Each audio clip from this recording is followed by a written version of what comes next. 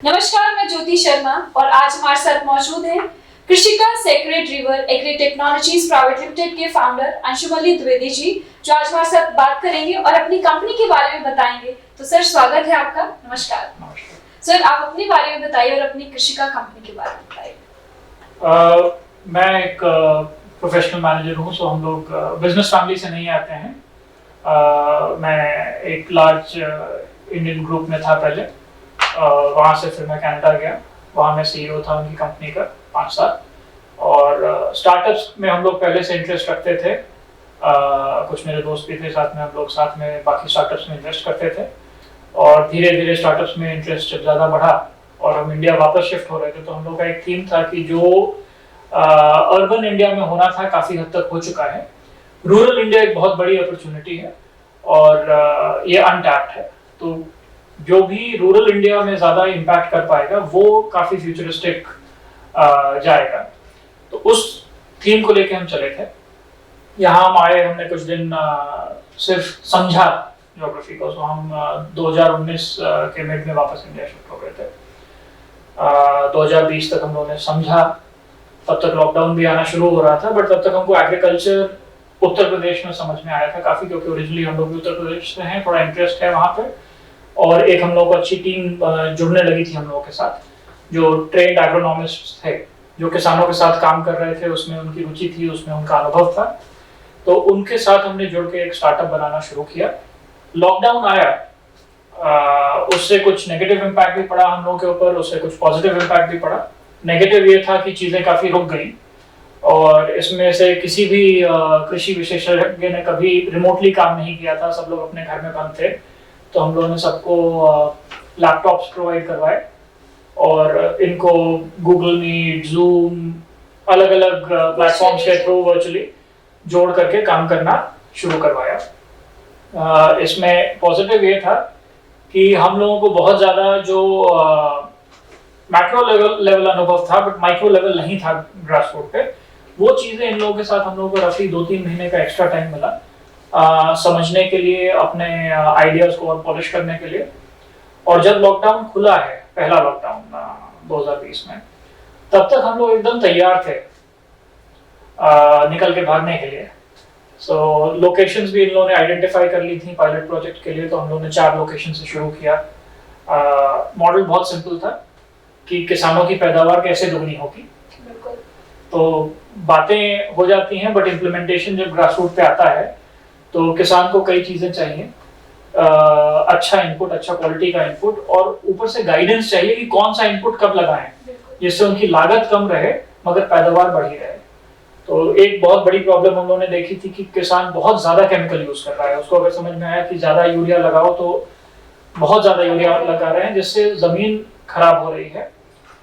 जो ground water है उसमें भी कंटामिनेशन हो रहा है और जिससे कई बीमारियां फैलती हैं, कैंसर इंस्टेंसेस बढ़ रहे हैं। तो कई प्रॉब्लम्स हैं जिनका समाधान इस एक अच्छे सिंपल से मॉडल से किया जा सकता था। थोड़ा बहुत हम लोगों ने टेक्नोलॉजी इन लोगों को टेस्ट कराना शुरू किया। उसमें कई स्टार्टअप्स हैं जो सीधे टेक्नोलॉजी से ही शुरू करते हैं और ये अलग अलग प्लैनेट्स पे बैठे हुए हैं। फिर हम लोगों ने धीरे धीरे इनको टेस्ट कराना शुरू किया टेक्नोलॉजी का। तो सिंपल है, पहले हमने अपने एग्रोनॉमिस्ट्स को एक सिंपल प्लेटफॉर्म दिया कि जो चीज़ आप पहले कागज पे रजिस्टर में लिख रहे थे, लिखिए, बट मोबाइल ऐप या कंप्यूटर पे भी उसका इनपुट कर दीजिए डेटा का। धीरे धीरे उस डेटा का प्रोसेस करने के लिए हम लोगों ने एक डिपार्टमेंट शुरू किया एग्रीकल्चर स्टेटिस्टिक्स का। तो हम लोगों ने पंतनगर से कुछ लोग हायर किए जो एमएससी एग्रीकल्चर स्टेटिस्टिक्स थे, कि इस डेटा को कैसे प्रोसेस करना है। और फिर जो ग्रास रूट पे टीम काम कर रही है एग्रोनॉमिस्ट को, उन लोगों को भी समझाना पड़ता है कि भाई जो डेटा आप कलेक्ट कर रहे हैं वेस्ट नहीं है, इसका बहुत यूज है और इससे आप भी और इफेक्टिव होंगे, किसान की पैदावार भी और इफेक्टिवली बढ़ेगी। थोड़ा बहुत किसानों को समझ में आया, फिर कुछ और किसान हम लोगों से जुड़े। जब पहला गेहूं का सीजन हो गया तो हम लोगों ने 4 आउटलेट्स पे ही काम किया था। हम लोगों को भी सीखने को मिला, कुछ चीज़ें ठीक करनी थी जो हम लोगों ने की। जो एवरेज कॉस्ट हम लोगों का पर सेंटर का है उसको कम करना है। तो सेंटर लगाने की लागत जो काफ़ी ज़्यादा पड़ती है, और दूसरा सेंटर चलाने की लागत। तो दोनों चीज़ों को कम करने के लिए हम लोगों ने जो अगला एक्सपेंशन प्लान किया था इस नए वर्ष में 2021 में, तो हम लोग का टारगेट था करीब 25 से 40 आउटलेट्स खोल देने का। और पैन इंडिया में उत्तर प्रदेश Okay, हम लोग उत्तर भी अभी हम focus लोग है एकदम उत्तर प्रदेश। फोकस कर रहे हैं उत्तर प्रदेश पे, क्योंकि देखिए बिहार और झारखंड बेस्ड कुछ स्टार्टअप्स ने काम किया है, कर्नाटक, मध्य प्रदेश, राजस्थान, महाराष्ट्र, तेलंगाना, आंध्रा, यहाँ पे भी काफी बड़े कंपनीज ने भी अपने जो एग्रीकल्चर इनपुट्स में ऑलरेडी प्रेजेंट है, उन्होंने अपने आउटलेट्स खोले हैं, चेंज खोले हैं, तो वहाँ काफी काम हो चुका है। उत्तर प्रदेश एक बहुत बड़ा मार्केट था। ये अगर आप एग्रीकल्चर इनपुट्स का मार्केट देखें इंडिया में, तो ये दूसरे तीसरे नंबर पे आता है पंजाब और महाराष्ट्र के बाद। तो ये बहुत बड़ा मार्केट है, और पॉपुलेशन बेस देखें तो यूरोप की कई देशों का मिला दें तब भी वो इसको नहीं मैच कर सकते हैं। तो ये स्केल वाइज एक बहुत बड़ा, मान लीजिए ज्योग्राफिक चंक था जो अनटैप्ड था। तो हमने एकदम अभी फोकस रखा है इस पे। और हमारे पास जो एग्रोनॉमिस्ट हैं, एक चीज हम लोग जो समझते हैं, जो सिंपल टेक्नोलॉजी में नहीं समझ में आता है, कि बहुत ज्यादा डाइवर्सिटी है इंडिया में। तो उत्तर प्रदेश जैसे विशालकाय प्रदेश में भी आप हर 3-4 जिला छोड़ेंगे तो बोलने चालने की भाषा, डायलेक्ट में डिफरेंस आता है। और आप पूर्वी उत्तर प्रदेश से पश्चिमी उत्तर प्रदेश से तक आएंगे तो पूरी भाषा ही बदल जाती है। और कास्ट डायनामिक्स भी, to put it very plainly, बहुत इंपॉर्टेंट रहते हैं, स्पेशली किसान के लिए। तो उनको अपने से कोई फेमिलियर आदमी चाहिए जो उनसे बात कर रहा है, उनको समझा रहा है, तो वो समझते हैं ज्यादा अच्छे से। तो हम लोग उस मॉडल पे गए हैं कि हाइपर लोकल प्रेजेंस जो हमारी है वो बड़ी कस्टमाइज्ड है। तो जो एग्रोनॉमिस्ट प्लेस हो रहे हैं वो अपने जिले में नहीं प्लेस होते हैं, क्योंकि फ्रेंड्स एंड फैमिलीज को फेवर भी करना शुरू करेंगे या उस पर ज्यादा ध्यान देंगे। तो हम लोग गैर जिले में डालते हैं, but with in the geographic belt डालते हैं कि ये लड़का यहाँ का है तो इसी बेल्ट में इसको रखो और यहाँ पे अच्छा काम करेगा। कुछ लड़के हैं जो हमने शफल किए हैं सीनियर लेवल पे, बट हम बड़ा फोकस्ड हैं इस टाइम। मतलब इससे क्या होता है कि सिर्फ आप किसान जैसे जो कास्ट की जैसे आपने बात की, अगर किसान या फिर उनसे मिले जुले जो लोग होते हैं वो उनकी बात को ज्यादा सीरियसली लेके चलते हैं। अगर कोई और भी बाहर के आके बोले तो शायद वो उस वे में सीरियस ना ले। इस हिसाब से तो बिल्कुल आप ये जो स्ट्रैटेजी आप जो कह लो, आप इस स्ट्रैटेजी से को लेकर उत्तर प्रदेश के ऊपर ज्यादा फोकस कर रहे हैं। तो सर जैसे कृषि का जो शब्द है, ये जो नाम है सर, ये कैसे आपके दिमाग में आया कि यही नाम होना चाहिए? बहुत ही इंटरेस्टिंग क्वेश्चन है। जब लॉकडाउन लगा पहला, हम लोगों ने एक चीज पे जो बहुत फोकस किया था कि ये रिटेल ब्रांड हमें क्रिएट कर रहे हैं।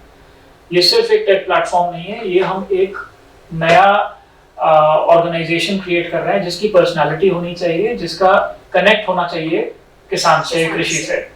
तो हम लोगों का एक दोस्त है बॉम्बे बेस्ड, और उनकी एक कंपनी है सीड डिजाइन, और ये लोग पूरा फ्यूचर ग्रुप का काम करते हैं, गोदरेज का काफी काम करते हैं, रिलायंस का काफी काम, तो इनका बड़ा क्लाइंटल है और काफी मतलब जानकार रिटेल ब्रांड स्पेशलिस्ट हैं। तो उनको हमने कांटेक्ट किया, और ये भी लखनऊ से ही हैं, उमेंदु जी जो उसके फाउंडर हैं। हमने उनको कांटेक्ट किया, और लॉकडाउन में रफली हम लोग 1-1.5 महीना लगाए हैं अलग अलग ब्रांड नेम्स पे काम करने के लिए। क्या कनेक्ट करेगा, क्या कैसा है, क्या हम पर्सनैलिटी देना चाह रहे हैं इस ब्रांड को, तो उस पर हमने काफी काम किया। और उसका एक रिजल्ट था कि कृषिका निकल के आया, कृषिका। कई मायने में ये कनेक्ट होता है किसान से। और एक अगर आप नया कुछ पहल कर रहे हैं तो किसान को भी था कि कैची होना चाहिए। तो और इसलिए इसका जो पंच लाइन्स भी आप देखेंगे, सही सलाह सही समाधान, आपके भरोसे का साथी। तो ये कई चीजें उस एक्सरसाइज के दौरान निकल के आई। एक और नाम निकल के आया था उस टाइम, सारथी, क्योंकि हम किसान की मदद करना चाह रहे हैं, उसके साथ चलना चाह रहे हैं, उसको अच्छा राह दिखाना चाह रहे हैं। तो सारथी भी हम लोग कहीं शुरू में था कि कहाँ फिट करें, और अपने आप ही वो निकल के आ गया कि जो हमारे एग्रोनॉमिस्ट हैं जो जा रहे हैं, यही किसान सारथी हैं। और जो कुछ माइक्रो एंटरप्रेन्योर्स हमारे ई मार्ट के जिसका हम बात करेंगे उसके थ्रू हमसे जुड़ रहे हैं, उनको भी फिर हमने उसी प्रोग्राम में डाल दिया कि आप भी ट्रेनिंग के बाद, जब आपकी यहाँ विधिवत ट्रेनिंग हो जाती है हमारे यहाँ, फिर आप भी किसान सारथी हैं। तो एक किसान सारथी वाला भी हमने एक ब्रांड लॉन्च किया है, जो लोग जा रहे हैं किसानों के पास और उनके फील्ड में काम कर रहे हैं। और हमारा खुद का ब्रांड जो पर्सनालिटी है वो कृषिका है। तो जो मोबाइल ऐप है वो भी कृषिका है, जो आउटलेट्स हैं वो कृषिका किसान मार्ट हैं, ऐसे करके हम लोग आगे बढ़ रहे तो हैं। सर जैसे आपने अभी मार्ट की बात की है, तो इसको लेकर आपके दिमाग में कैसे आइडिया है? क्योंकि आजकल सर ई कॉमर्स अगर देखा जाए तो बहुत ज्यादा, मतलब अगर लोग को ऐसे भी पसंद होता है कि मैं घर बैठे बैठे चीजें आसानी से मिल जाए, तो मे बी यही आपके भी दिमाग में आया होगा कि हम जो सामान है वो लोगों तक हम इजीली पहुंचा सके। सर इसका आइडिया आपके दिमाग में कैसे आया और आप इसके ऊपर कैसे कैसे आगे काम कर रहे हैं? तो कुछ चीजें हैं, देखिए, एक तो नॉर्मल अर्बन इंडिया में जब आप ई कॉमर्स द्वारा कुछ मंगाते हैं अमेजोन से या फ्लिपकार्ट से, मिंत्रा से, जिससे आसानी है, बड़ा कॉन्सेंट्रेटेड मार्केट है, एक एक बड़े शहर में 1 करोड़ 1.5 करोड़ 2 करोड़ लोग हैं, छोटे बड़े शहरों में भी 25 लाख 30 लाख लोग हैं, तो एक बड़ा मार्केट रहता है। लॉजिस्टिक्स उसकी मैनेज करना, सप्लाई चेन मैनेज करना रिलेटिवली इजी है। ग्रास रूट पे देहातों में इसीलिए परकोलेट नहीं किया ई कॉमर्स, क्योंकि जो लास्ट माइल कनेक्शन का कॉस्ट है वो बहुत ज्यादा है, तो इसके लिए आपको हाइपर लोकल प्रेजेंस चाहिए।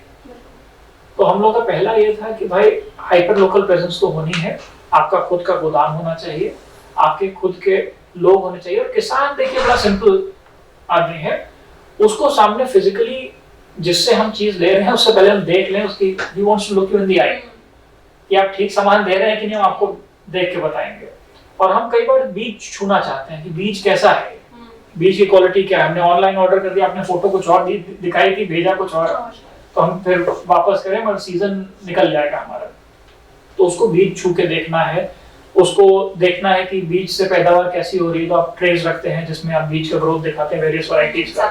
तो ये जो फिजिकल चीजें हैं, ये टेक्नोलॉजी से रिप्लेस करना अभी इस स्टेज पे भारत के किसान के लिए थोड़ा मुश्किल था, उत्तर प्रदेश के किसान के लिए काफी मुश्किल था। तो हमने देखा कि कई कंपनीज जिन्होंने सिर्फ ई कॉमर्स रखा है, उन्होंने, किसी ने पूना में, किसी ने गुड़गांव में कॉल सेंटर रखे हुए हैं, जो किसान को फोन कर रहे हैं, उसके बाद ऑनलाइन ऑर्डर ले, भाई सीधे पहुंच जाए। क्योंकि सर फार्मर्स कहीं ना कहीं उतने भी अभी एडवांस नहीं हुए हैं।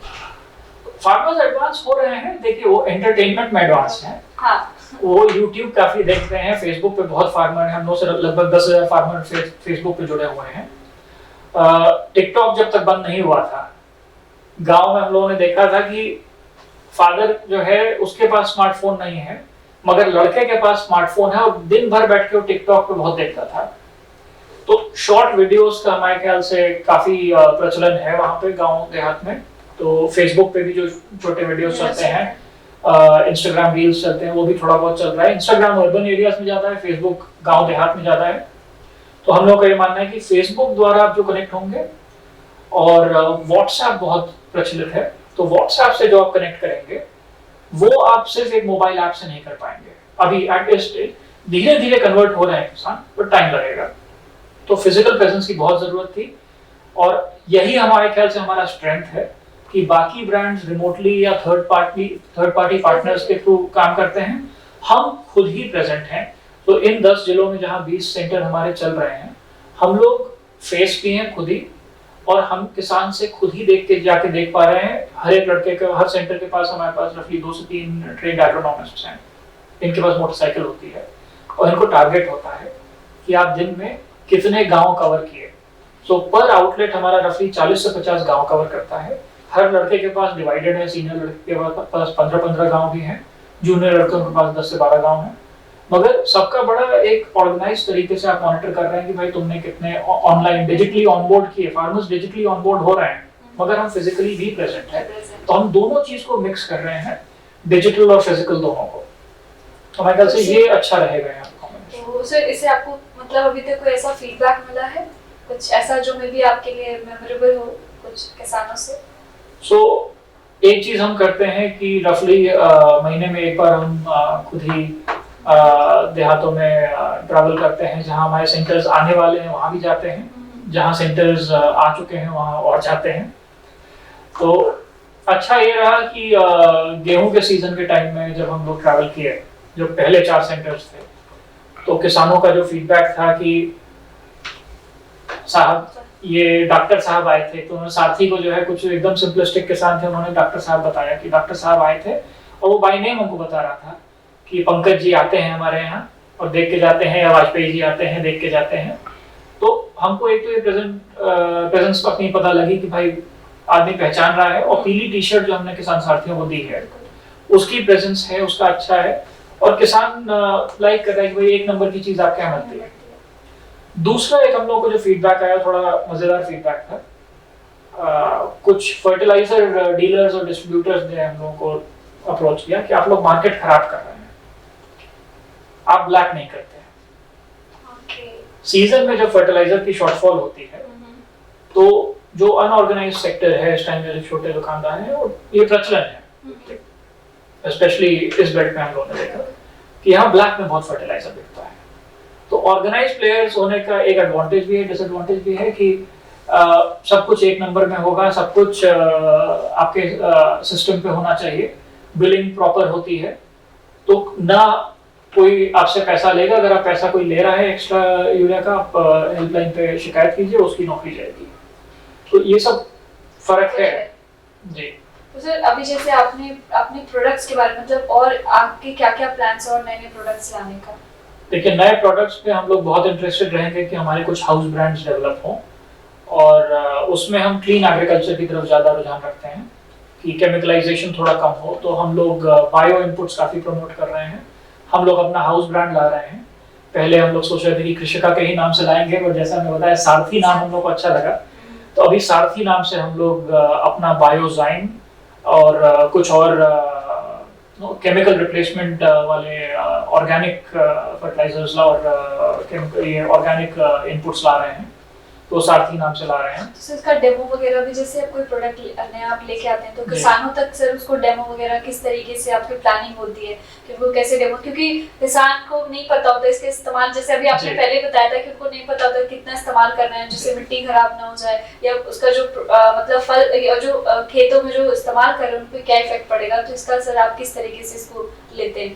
जी सो अभी जैसे हम लोगों ने अगस्त के महीने में रफली 25 गोष्ठियां की किसानों के साथ जीरो बजट खेती पे, कि आप उर्वरक और केमिकल एकदम नहीं यूज करेंगे तो कैसा रहेगा।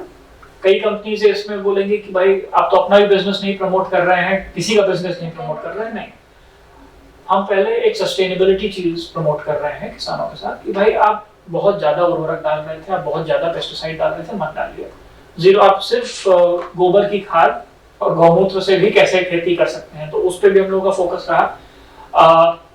मई और जून में हम लोगों ने जो गोष्ठियां की थी उसमें हमने बायो फर्टिलाइजर्स का और बायो पेस्टिसाइड्स का काफी बात की थी। फार्मर अवेयरनेस कैंपेन्स करते हैं, और जो कुछ बड़े किसान हैं हम लोगों के सेंटर से अटैच्ड, जो हम लोगों से रेगुलरली जुड़े हुए हैं और जो आते हैं, और जो जहाँ कुछ ट्रस्ट लेवल बढ़ चुका है, उनको हमने फिर ये बायो वाला टेस्ट कराना शुरू कराया कि आप इसको लगा के देखिए। कुछ जगह चैलेंजेस भी आए, कुछ जगह कीड़ा, एक किसान के साथ हुआ था कि केले के खेत में बहुत ज्यादा कीड़े लग गए थे, और उतने ज्यादा कीड़े जब वो केमिकल उस पे यूज टू हो चुके हैं, बायो आप लगाइए तो उतना इफेक्टिव नहीं रहता है, तो उधर नुकसान भी हुआ था। और वो नुकसान हम लोगों ने भी साथ में किसान के खड़े होकर सहा, हम लोग जाके वहां खड़े रहे, बट उनको हम लोग धीरे धीरे अब पूरा बायो पे ले आए हैं। टाइम लगा, लगभग साल भर लगा है उस चीज को ओवरकम करने में, बट हम भी लगे रहे, किसान भी बड़ा था तो उसको भी पता था कि ठीक है, हम एक खेत में ये ट्रायल कर रहे हैं, जब ये सक्सेसफुल होगा, इसकी पैदावार जो होगी उसकी वैल्यू ज्यादा होगी, तो उन किसान को भी समझ में आ रहा था। तो इस तरह से धीरे धीरे करके, और ये अगर एक दो आपके अच्छे एग्जाम्पल्स बन जाते हैं एरिया में, वो फिर वर्ड ऑफ माउथ से बहुत स्प्रेड करता है, वो बाकी किसानों को दिखाते हैं कि भाई इससे फर्क पड़ता है। जैसे बैक में किसी ने अच्छा फीडबैक दिया, फिर वो उनको बताएंगे, वो चेन जो सर्वर कहते हैं वो रोटेशन पे चलता रहता है। जी सर, जैसे अभी अगर देखा जाए तो एग्रीकल्चर में अभी कंपनीज बहुत कुछ नए प्रोडक्ट, बहुत सारे कंपनीज बना रही है। जैसे आपने बताया आप पहले जॉब करते थे, एंड तो सर एक होता है ना स्टार्टअप को शुरू करना आज के समय में बहुत ही चैलेंजिंग होता है, तो सर कहीं आपको थोड़ा सा डर नहीं लगा, या फिर क्या दिमाग में आया कि मैं इसको कर लूंगा, या फिर कुछ ऐसी चीजें जो आपकी इंटरनली बहुत चीजें होती हैं सर, तो कैसा उस चीज अनुभव के बारे में सर आप थोड़ा बताइए। जी, थोड़ा रिस्क रहता है देखिए, और एक आदमी जब एक कंफर्टेबल जॉब में रहता है और एक सीनियर पद पे रहता है, जब एक इनकम का लेवल भी काफी डिफरेंट रहता है, तो रिस्क है, तो आप उसके लिए प्लान करते हैं। और ये प्लानिंग हम लोग ओवरनाइट नहीं था कि हम आज स्टार्टअप खोल रहे हैं, ये करना था हमको। तो आप ओवर अ पीरियड ऑफ 5 से 7 साल प्लान करते हैं, आप अपने फाइनेंसेस इतने स्ट्रॉन्ग करते हैं कि स्टार्टअप को आप पूरा जिस विजन के साथ लेके चल रहे हैं उस विजन के साथ लेके चलेंगे, बहुत ज़्यादा डाइल्यूशन नहीं करेंगे। क्योंकि कई नए जो फाउंडर्स होते हैं स्टार्टअप्स में, उनके साथ ये प्रॉब्लम रहती है कि शुरू में उनको इन्वेस्टर से जो पैसे उठाने पड़ जाते हैं उसमें उनको डाइल्यूशन बहुत ज़्यादा करना पड़ जाता है, और फिर धीरे धीरे कंट्रोल भी चला जाता है कि हमारा विजन कुछ और था, अब इन्वेस्टर कुछ और बोल रहा है तो कुछ और ही करते रहो। तो वो मॉडल भी रहता है। और दूसरा मॉडल ये रहता है कि आप तैयारी से पूरा आइए और उसके बाद लंबी लड़ाई लड़िए और कुछ बड़ा क्रिएट कीजिए, तो अपना जो विजन है उस तक पहुंचे। और उसमें फिर आपको थोड़ा लेगरूम ये रहता है कि एक्सपेरिमेंट भी करने का, जो कई बार आपको एक्सटर्नल फंडिंग के साथ नहीं हो पाता है। उसमें ये होता है, जैसे अभी हम लोगों को कुछ चीज़ें अच्छी लगी कि ये फ्यूचर हो सकता है एग्रीकल्चर का, लोग ड्रोन टेक्नोलॉजी की बात कर रहे हैं। हम लोगों को अगेन लगा कि ड्रोन टेक्नोलॉजी लिमिटेड रहेगी, it has to be supplemented by something much bigger. And शुरू में हमको लगा सैटेलाइट टेक्नोलॉजी से क्या हो सकता है, बट फिर हम लोगों ने चखा खुद। तो हमने ट्रायल सब्सक्रिप्शंस रन किए, एक कंपनी है अमेरिका की प्लैनेट, तो आपने देखा होगा आज तक में, और इनमें जब गालवान वाला चल रहा था तो ये लोग भी न्यूज़ चैनल्स वो देख पा रहे थे कि भाई चाइनीज फोर्सेस और इंडियन फोर्सेस कहाँ पे हैं। तो इनके कई सैटेलाइट्स हम लोग के ऊपर से जा रहे हैं और ये सब्सक्रिप्शंस बेचते हैं इमेजरी का। तो करंट सब्सक्रिप्शन लेने के लिए आपको पूरा एक प्रोसेस है, आपको इसरो के थ्रू जाना है, मिनिस्ट्री ऑफ होम अफेयर्स का क्लियरेंस लेना है। बट हिस्टोरिकल डेटा ट्रायल के बेसिस पे इन लोगों ने हमको कराया और हम लोगों ने इनके साथ 1-2 महीने का ट्रायल किया और ये बहुत ही मजे। तो हमको लगता है फ्यूचर ऑफ एग्रीकल्चर में सैटेलाइट इमेजरी का बहुत ज़्यादा रोल रहेगा, और वो सब भी हम लोग एक्सपेरिमेंट्स अपने करते रह रहे हैं कि data analytics with imagery with grassroot presence क्या हो सकता है। सर आपने काफ़ी इंटरेस्टिंग चीज़ें बताई हैं, और जैसे आपने विजन की भी बात की है, तो मैं सर ये जानना चाहूँगी कि आपके अपकमिंग 5 इयर्स के क्या विजन है, उसको लेकर सर क्या प्लानिंग चल रही है? देखिए, मल्टी लेयर्ड और थोड़ा कॉम्प्लेक्स एनिमल हम लोग बनाना चाह रहे हैं।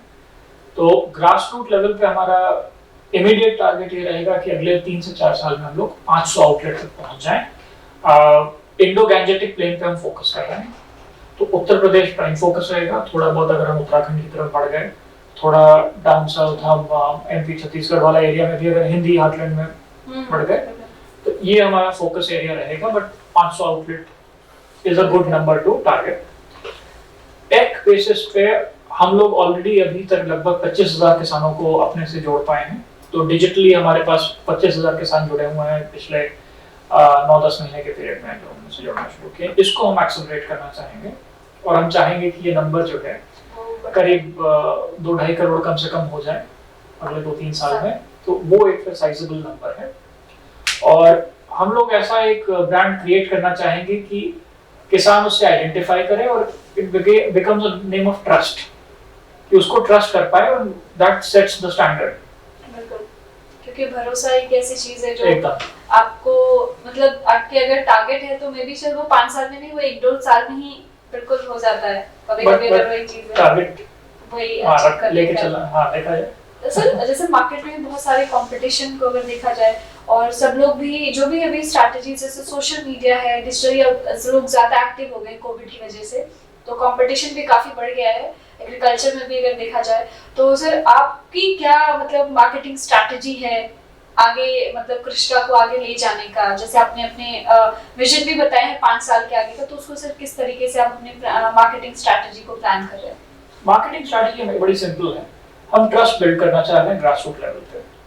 तो लड़कों को भी ये है, हमारा ब्रीफिंग रहती है कि आपकी सेल आए चाहे नहीं आए, बट आप किसान को एडवाइस एकदम जेन्युइन दीजिए और फोकस एकदम उनका इंटरेस्ट आपका इंटरेस्ट है। अगर किसान की का सब ठीक रहेगा वो आपसे जुड़ेगा लॉन्ग टर्म पे। तो वही हमारा लॉन्ग टर्म विजन है। हर प्रोडक्ट हमारा, चाहे हम सैटेलाइट इमेजरी की बात कर रहे हो, चाहे बायो इनपुट्स की बात कर रहे हो, हर एक में हम पहले ये देखेंगे कि भाई हमारा जो एंड यूजर है उसका क्या बेनिफिट है। आप 2-3 कंपनीज का बेंचमार्क मान के चलिए। जैसे फेसबुक है, originally if you see Facebook commercially कुछ नहीं करता था, शुरुआत में, उसका उनको फल लॉन्ग टर्म में मिला। तो आपको लंबा रेस खेलना है, ये नहीं कि क्विक पैसा बना के भाग लेने वाला। आप लंबा खेलिए, ब्रांड बनाइए, एक प्रोडक्ट बनाइए, और उसके बाद आपके बाकी प्रोडक्ट भी उसी पे चलेंगे। हम लोग काम कर रहे हैं बैकग्राउंड में कुछ और बाहर की कंपनीज के साथ भी, जिनको इंडिया का रूरल मार्केट टैप करना है। तो अपॉर्चुनिटीज काफी हमको दिख रही है, एज लॉन्ग एज हम ग्रास रूट लेवल पे अपना प्रेजेंस स्ट्रॉन्ग कर पाते हैं और अपना एक आइडेंटिटी बना पाते हैं। मार्केट देखिए, प्लेयर्स बहुत सारे आ रहे हैं, उसमें प्रॉब्लम नहीं। मार्केट इतना बड़ा है कि ऑर्गेनाइज्ड प्लेयर्स आएंगे तो ये अच्छा ही होगा।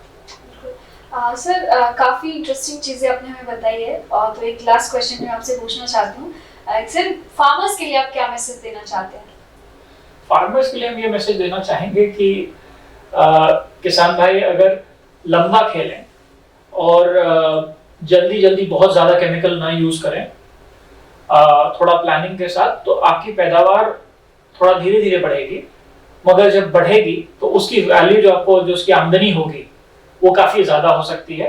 तो केमिकलाइजेशन थोड़ा कम करें और ऑर्गेनिक खेती या बायो की तरफ ज्यादा रुझान रखें, तो लंबा फायदा है। तो thank you so much sir, आपने काफी कुछ कृषिका के बारे में बताया, और सबसे अच्छी बात जो आपने की, किसानों के जरिए जो आप अपने ट्रस्ट बिल्डअप करना चाहते हैं, डेफिनेटली आपका जो मिशन विजन है किसानों को भरोसा दिलाने का, वो जरूर चीजें आगे होंगी, जैसे से आप अलग अलग प्रयास जो आप कर रहे हैं किसानों के लिए। तो thank you so much sir, हमसे बातचीत करने के लिए। Thank you.